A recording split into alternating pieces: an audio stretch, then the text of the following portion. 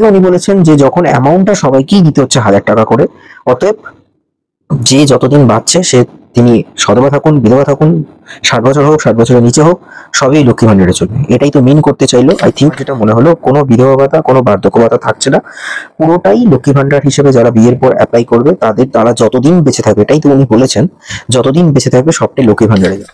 বোনেদের বলবো, লক্ষ্মীর ভান্ডার কিন্তু আজকে 60 বছরের পর বিধবা ভাতার কথা বলবেন না, কেউ বিধবা হবেন না, এটার প্রশ্ন আসে না, আমি চাই না।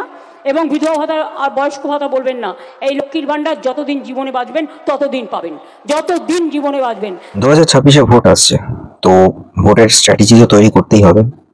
তো লক্ষ্মী ভান্ডার একটা বড় অস্ত্র, লক্ষ্মী ভান্ডার একটা বড় টুল যাকে বলে, এটা হচ্ছে ইলেকশন টুল, যেটাকে ইউজ করা হয় ভোটে গেইন করার জন্য। মহিলা ভোট ইজি টার্গেট করা যায়।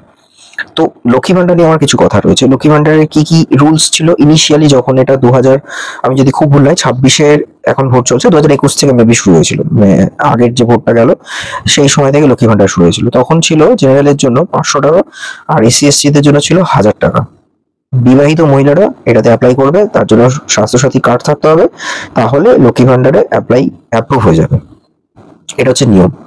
এরপর 2024-এর যে ভোট হলো, সেই সময় মানে 2024-এর যে পার্লামেন্ট ইলেকশনটা ছিল, সেই পার্লামেন্ট ইলেকশনের আগে ঘোষণা করা হলো যারা জেনারেল কাস্ট আছে তাদের দেওয়া হবে 1000 টাকা, আর যারা SC/ST আছে তাদের 1000টা বাড়ি করা হলো 1200 টাকা। এবং তাতে বলা হলো 60 বছর হয়ে গেলে যে সমস্ত সধবারা রয়েছেন লক্ষ্মী ভান্ডারের টাকা পান, তাদের টাকাটা বার্ধক্য ভাতায় ট্রান্সফার হয়ে যাবে, অটো জেনারেট হয়ে ট্রান্সফার হয়ে যাবে। মানে 60 বছর হয়ে গেলে তারা লক্ষ্মী ভান্ডারের পরিবর্তে বার্ধক্য ভাতার টাকা তাদের ব্যাংক অ্যাকাউন্টে ঢুকবে, সিঙ্গেল ব্যাংক অ্যাকাউন্ট থাকতে হবে। আজকে জানতে পারলাম 26-এ ভোটের আগে মমতা ব্যানার্জি নতুন অ্যানাউন্সমেন্ট করেছে যে আলাদা করে আর ওই বার্ধক্য ভাতাগুলো ট্রান্সফার হবে না, সধবা যারা থাকছেন তাদের লক্ষ্মী ভান্ডারের টাকা হিসেবেই সেটা থেকে যাচ্ছে 60 বছরের পরেও, মানে সেটা বার্ধক্য ভাতায় যাবে না। আর বিধবা ভাতা মেবি সেটা আলাদাই থাকবে। আই থিঙ্ক ওটা আমার একটু কোয়েশ্চেন রয়েছে, আমার মানে এই জায়গাটা একটু কোয়েশ্চেন রয়ে গেল যে তাদের স্বামী মারা গেলে 60 বছরের পরে বা যাই হোক তাদের স্বামীরা মারা গেলে সেই টাকাটা কি লক্ষ্মী ভান্ডার হিসেবেই থাকবে নাকি সেটা বিধবা ভাতায় ট্রান্সফার হয়ে যাবে, সেটা আমি জানি না। 60 বছর এটা শেষ হবে না, আর নতুন কিছু দরখাস্ত আছে, সেগুলো আস্তে আস্তে দেখে আমরা আমাদের পাড়া আমাদের সমাধান হচ্ছে। এবং আধার কার্ড যাদের নেই, আমি বলবো ডিএমকে দুয়ারে সরকার করে আধার কার্ড যাদের নেই তাদের আধার কার্ডটা করিয়ে দাও, কেন সেক্ষেত্রে তো আবার মেবি তাদের হাজবেন্ডের ডেথ সার্টিফিকেট সাবমিট করতে হবে। তবে আই থিঙ্ক আমার যেটা মনে হলো, কোনো বিধবা ভাতা, কোনো বার্ধক্য ভাতা থাকছে না, পুরোটাই লক্ষ্মী ভান্ডার হিসেবে যারা বিয়ের পর অ্যাপ্লাই করবে তারা যতদিন বেঁচে থাকবে, এটাই তো উনি বলেছেন, যতদিন বেঁচে থাকবে সবটাই লক্ষ্মী ভান্ডারে যাবে।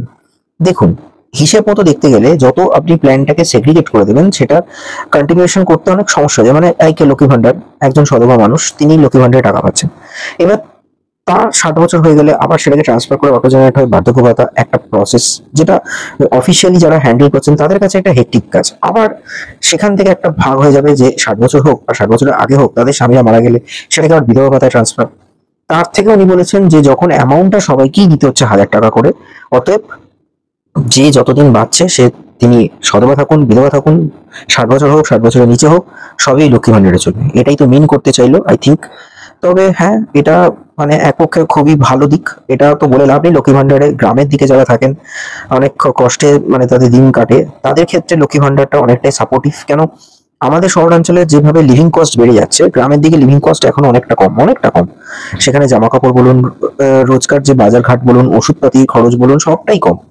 আমাদের এখানে নর্মাল শহরে থাকতে গেলে যে একটা সাধারণ মানুষের নিত্য দৈনন্দিন যেটুকু দরকারি জিনিস খেতে বলুন, পড়তে বলুন, যা খরচ হয়, সেই অনুপাতে গ্রামের মানুষের ক্ষেত্রে এই লক্ষ্মী ভান্ডার অনেকটাই সাপোর্টিভ। তো লক্ষ্মী ভান্ডার এখন যেভাবে যে প্রোফর্মাতে চলে এসছে যে কোনো মানুষ বিয়ের পর অ্যাপ্লাই করবে, সে লক্ষ্মী ভান্ডারের জন্য অ্যাপ্লিকেবল হয়ে যাবে, এবং তার 60 বছর হোক কি তার হাজবেন্ড বেঁচে থাকুক, মারা যাক, যাই হয়ে যাক না কেন, সবটাই লক্ষ্মী ভান্ডারে চলবে। তো আমার মনে হয় এই লক্ষ্মী ভান্ডারের যে পলিসিটাকে সেটাকে নতুন ভাবে যে মডিফাই করেছে সেটা অনেক ইজি হবে।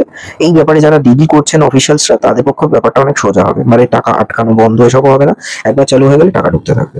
এবার দেখতে হবে যে 2026-এ ভোটের আগে অ্যামাউন্ট আবার বাড়ছে কি বাড়ছে না, সেগুলো দেখতে হবে। আই থিঙ্ক মনে হয় বাড়বে না, তিনি পলিসিটাকে অনেক বেশি মানে ইজি করে দিলেন, ইউজার ফ্রেন্ডলি করে দিলেন, যার ফলে সবাই ইজি টাকাটা পাবে মাসে মাসে। স্টে টিউন অন মং স্টোরিজ, দেখতে থাকুন চ্যানেল বাকি ভিডিও। আর আমার কোনো বক্তব্য যদি ভুল বা কোনো মিস লিড করে থাকি তাহলে অবশ্যই সেটা কমেন্ট বক্সে জানাবেন, তাহলে আমি সেটাকে রেকটিফাই করার চেষ্টা করবো। চ্যানেলটা ভালো লাগলে অবশ্যই সাবস্ক্রাইব করুন আর ভিডিওটা শেয়ার করুন যাতে সবাই দেখতে পারে, জানতে পারে।